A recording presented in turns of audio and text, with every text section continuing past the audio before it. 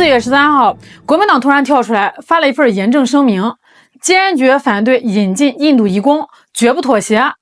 这声明一出，我一拍大腿，好家伙，民进党这帮人是玩真的呀！他们真的打算把恒河水引到日月潭去了。消息发酵，台湾舆论场轰的一声，短短几个小时之内，岛内那个所谓的公共政策网络参与平台要求立刻终止这个奇葩计划的连署人数直接冲破了3万大关啊！要知道前几天这个数字才 1.8 万，这个涨幅啊，比台湾的电价涨都猛。大家肯定好奇啊，这到底演是哪一出啊？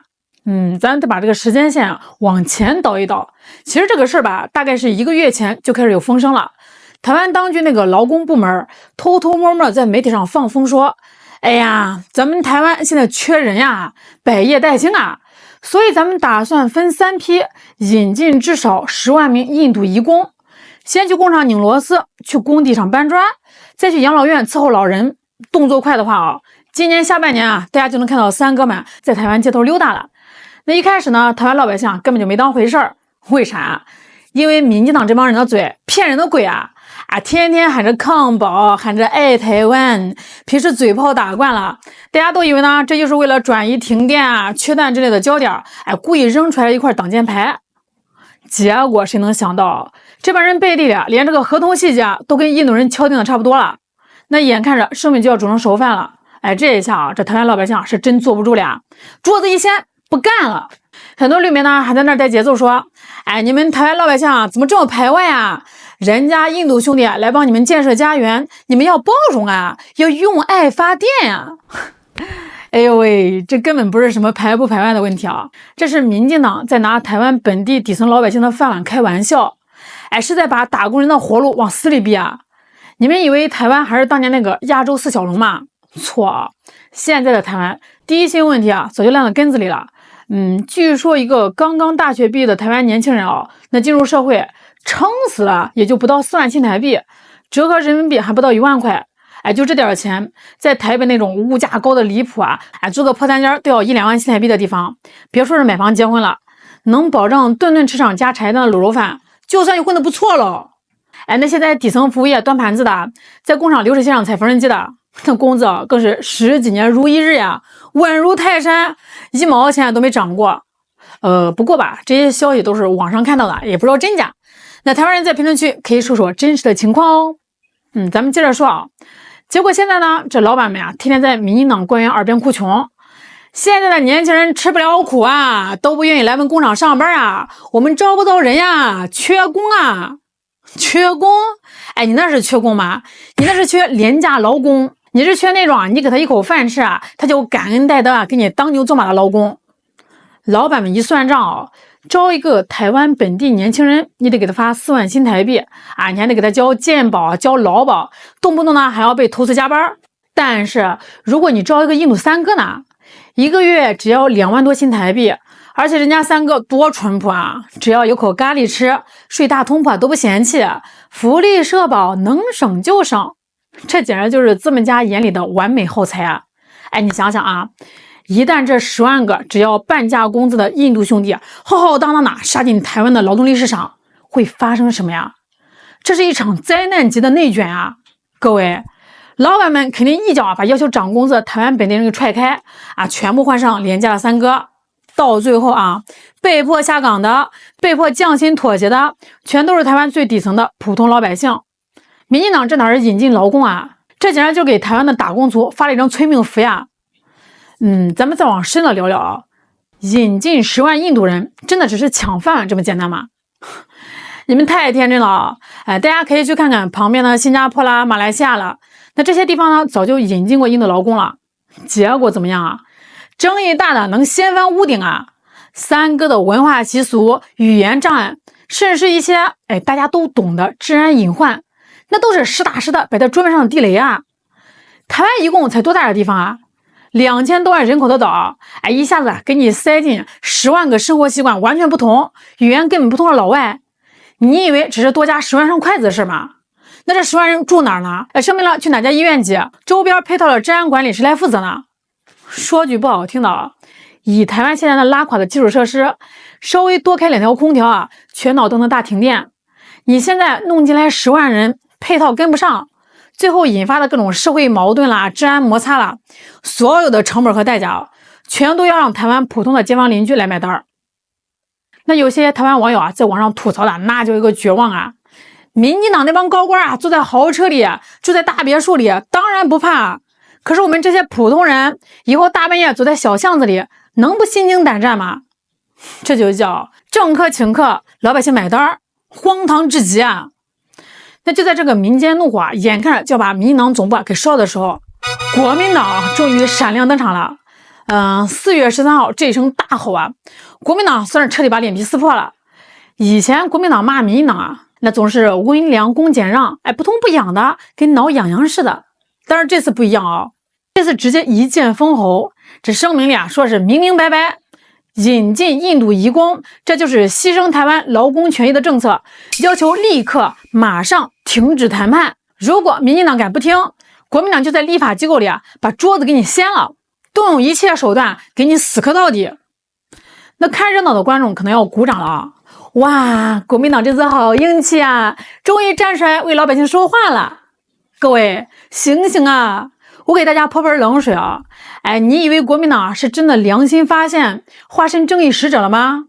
别闹了，这都是千年的狐狸，玩什么聊斋明眼人一看就知道，国民党这波操作那踩点踩的简直比职业舞者还要精准。为什么是现在跳出来？因为距离今年年底的台湾县市长选举满打满算也就不到8个月了。你们看看民进党最近那个凄惨的支持率那简直就是飞流直下3000尺物价像坐了火箭一样往上窜鸡蛋买不到，电费还要涨，3天2头搞停电，治安更是乱七八糟的。民进党身上现在全是窟窿每一个都是致命的软肋。而引进印度移工这个议题那简直就是老天爷赏给国民党一把屠龙刀这个事儿太能引发共鸣了，他直接戳中了所有阶层的痛点不管你是支持绿营的死忠粉，还是支持蓝营的铁票仓只要你还是个需要打卡上班的打工人，你就不可能同意这10万人来抢你的饭碗。所以这一次可以说是台湾社会罕见的蓝绿大团结一边倒的指着民进党的鼻子骂。国民党惊着呢他们一看，哎呦喂，民进党自己作死把棍子递过来了，我不打你我还是人吗？抓住这个话题疯狂输出，就是要抢回民主话语权，把民进党按在地上摩擦，好在年底的选举里多拉几张中间选民的票。其实说白了老百姓的饭碗呢固然重要，但政客眼里的选票才是最香的。那么问题来了既然这个事儿犯了众怒，里外都不是人这民进党他为什么非要顶着这么大的雷，冒着被选民抛弃的风险也要死皮赖脸的推这个政策呢？那真的是台湾缺人缺的连机械都开动不起来啦。咱们刚刚分析了那叫缺廉价劳工。民进党这帮人天天喊着跟老百姓站在一起，实际上背地里跟那些大财团大老板早就穿一条裤子了。企业不赚钱了，老板不想着怎么去搞产业升级，不想着怎么提高利润给员工涨工资，就跑到民进党那里哭诉。民进党一看这都是金主爸爸选举呢还得靠他们掏钱赞助呢，绝对不能得罪，逼企业涨工资，那资本家不得造反于是呢民进党脑瓜子一转，憋出了这么个损招，去印度拉人，既帮金主爸爸解决了廉价劳动力的问题，讨好了资本家，自己呢又不用掏1分钱的真金白银，还能落个解决产业危机的虚名这种拿老百姓当韭菜，拿别人鲜血染红顶子缺的事儿，民进党干的那叫一个顺手。除此之外这个里面呢还藏着一层更深更让人恶心的政治算计。那大家都知道民进党这几年为了搞那套虚无缥缈的把戏天天满世界的找大腿抱，美国爸爸的大腿抱完了，日本干爹的大腿也抱了，现在一转头盯上印度了。为啥呀？因为美国现在天天在太平洋搞所谓的印太战略想要拉拢印度一起围堵咱们大陆。